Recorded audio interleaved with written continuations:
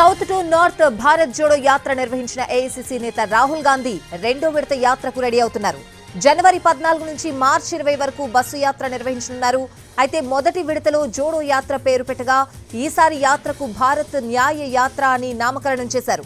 రెండో విడతలో మణిపూర్ నుంచి ముంబై వరకు 6200 కిలోమీటర్ల మేర బస్సు యాత్ర నిర్వహించనున్నారు రాహుల్ గాంధీ.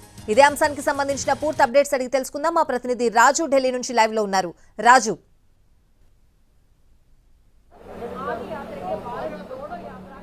యశ్వతి, రానున్నటువంటి లోక్సభ ఎన్నికల నేపథ్యంలో మరోసారి కాంగ్రెస్ పార్టీ ఒక ప్రత్యేకమైనటువంటి యాత్రకు శ్రీకారం చుట్టింది. గతంలో ఏ విధంగానైతే భారత్ జోడో యాత్రను నిర్వహించారు, అంటే కన్యాకుమారి నుంచి దక్షిణాది నుంచి ఉత్తరాదిన వరకు కాశ్మీర్ వరకు రాహుల్ గాంధీ పాదయాత్ర చేశారు. పాదయాత్రలో 12 రాష్ట్రాలను కవర్ చేయడమే కాకుండా మొత్తం 4500 కిలోమీటర్ల మేర పాదయాత్ర చేస్తూ ప్రజలందరినీ కలిసి వచ్చేటటువంటి పార్టీలను కూడా కలుపుకుపోయినటువంటి పరిస్థితిని చూసాము. అయితే ఇప్పుడు కూడా ఖచ్చితంగా ఒక యాత్ర చేపట్టాలని చెప్పి గత వారం జరిగినటువంటి సిడబ్ల్యూసి సమావేశంలో అక్కడ ఉన్నటువంటి ముఖ్య నేతలందరూ రాహుల్ గాంధీని కోరారు. సో అంశంపైన పార్టీ విస్తృతంగా చర్చ జరిపింది.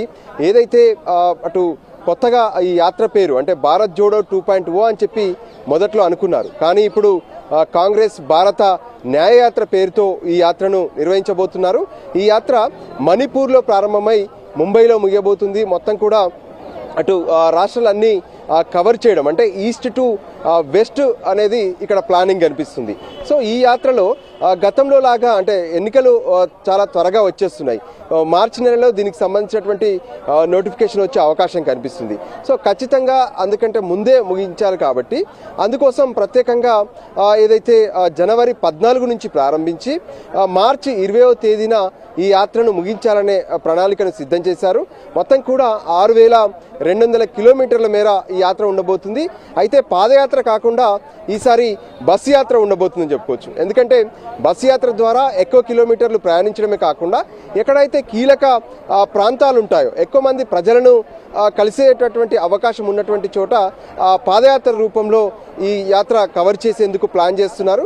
సో అందులో భాగంగానే నిన్న ప్రత్యేకంగా ఏ రాష్ట్రాల్లోనైతే ఈ పాదయాత్ర అంటే ఏదైతే భారత న్యాయయాత్ర ఉండబోతుందో ఆ రాష్ట్రాలతో ముఖ్య నేతలతో ప్రత్యేకంగా ఏఐసీసీ సంప్రదింపులు జరిపింది. సో ఫైనల్గా తుది నిర్ణయాన్ని కొద్దిసేపటి క్రితమే ప్రకటించారు.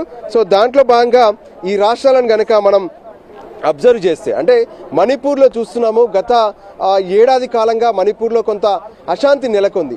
సో అందుకే ఉదయించే సూర్యుడు మణిపూర్లో ఉంటారని చెప్పి మామూలుగా చెప్తుంటారు. సో దానికి అనుగుణంగానే అక్కడి నుంచి మొదలుపెట్టి అంటే తూర్పు నుంచి మొదలు పెట్టాలి. మణిపూర్లో ఉన్నటువంటి ప్రజల ఏదైతే ఇబ్బందులు ఉన్నాయో అక్కడ ఇప్పటికే 2 తెగల మధ్య జరుగుతున్నటువంటి ఆందోళనలు వీటన్నిటిని కూడా ప్రజల్లో ఖచ్చితంగా తామున్నామంటూ ఒక భరోసానిచ్చే ప్రయత్నం కాంగ్రెస్ చేయబోతుంది.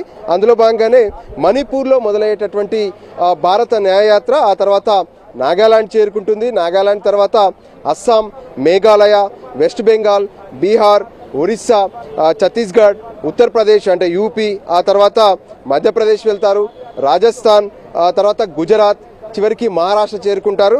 సో మొత్తం కూడా ఏ విధంగానైతే 6200 కిలోమీటర్ల పాదయాత్రలో ప్రజలందరితో మమేకమవ్వడం, గతంలో ఏ విధంగానైతే భారత్ జోడో యాత్రలో అన్ని రంగాల ప్రజలతో మమేకమయ్యారు, యువతతో మమేకమయ్యారు, యువత కష్టాలు తెలుసుకున్నారు, మరోపక్క మహిళల సమస్యలు తెలుసుకున్నారు, ఎవరైతే కార్మికులు ఉంటారో కార్మికులతో కూడా ఏకమై వాళ్ళ సమస్యలు తెలుసుకున్నారు.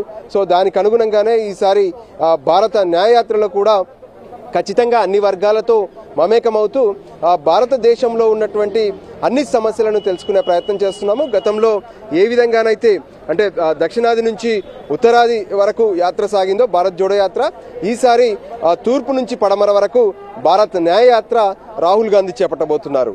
స్వాతి, రాజు, అయితే కేసీ వేణుగోపాల్ కూడా దీని మీద స్పందించారు. రాహుల్ యాత్రకి సంబంధించి ఇది రాజకీయ యాత్ర కాదు, రాజకీయ ప్రయోజనాలు ఆశించడం లేదు అని అంటున్నారు.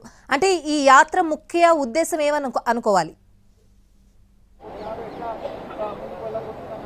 ఎస్, మనం చూసాము అంటే ప్రస్తుతం ఎటువంటి రాజకీయాలను ఆశించకపోయినప్పటికీ కూడా ఏ విధంగానైతే మన ప్రత్యేకంగా చూస్తే అన్ని వర్గాల ప్రజలను కలుపుకుపోవడం, అందరికీ సరైనటువంటి న్యాయం చేయడం, దేశంలో ఉన్నటువంటి సమస్యలన్నింటినీ కూడా స్టడీ చేయడం, వాటికి ఒక పరిష్కార మార్గం చూపాలనుకోవడం. సో అది చేస్తుంది కాంగ్రెస్ పార్టీ. కాబట్టి ఎలాగూ రానున్నటువంటి లోక్సభ ఎన్నికలు కూడా రాబోతున్నాయి. సో దానికి అనుగుణంగానే ఎటువంటి రాజకీయ లక్ష్యం లేదని చెప్తున్నప్పటికీ సో ఖచ్చితంగా గతంలో భారత్ జోడో యాత్రలో చూసాం, అన్ని వర్గాలు కలిసి వచ్చేటటువంటి రాజకీయ పార్టీలు సైతం భారత్ జోడో యాత్రలో చాలా దూరం రాహుల్ గాంధీతో కలిసి నడిచాయి.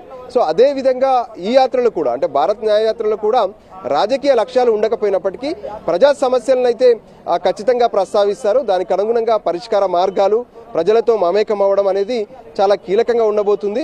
దేశంలో ఉన్నటువంటి ప్రజల మధ్య ఎటువంటి విభేదాలు లేకుండా ప్రజలందరూ కలిసి ఉండేలా, ప్రజల ఏదైతే నిత్యావసర సరుకుల ధరలు కావచ్చు, లేదంటే ఉద్యోగాల సమస్యలు కావచ్చు, ఈ విధంగా దేశంలో ఉన్నటువంటి అన్ని సమస్యలను ఖచ్చితంగా వాటన్నిటినీ ఒక ప్లాట్ఫామ్ పైకి తీసుకురావడం, వాటన్నిటికీ సరైనటువంటి భరోసా ఇవ్వడం అనేది రాహుల్ గాంధీ గతంలో భారత్ జోడో యాత్రలో చేశారు.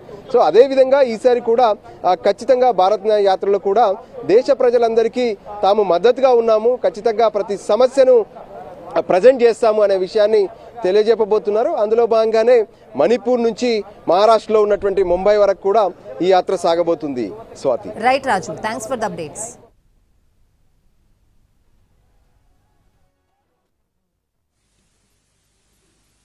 Is doing a yatra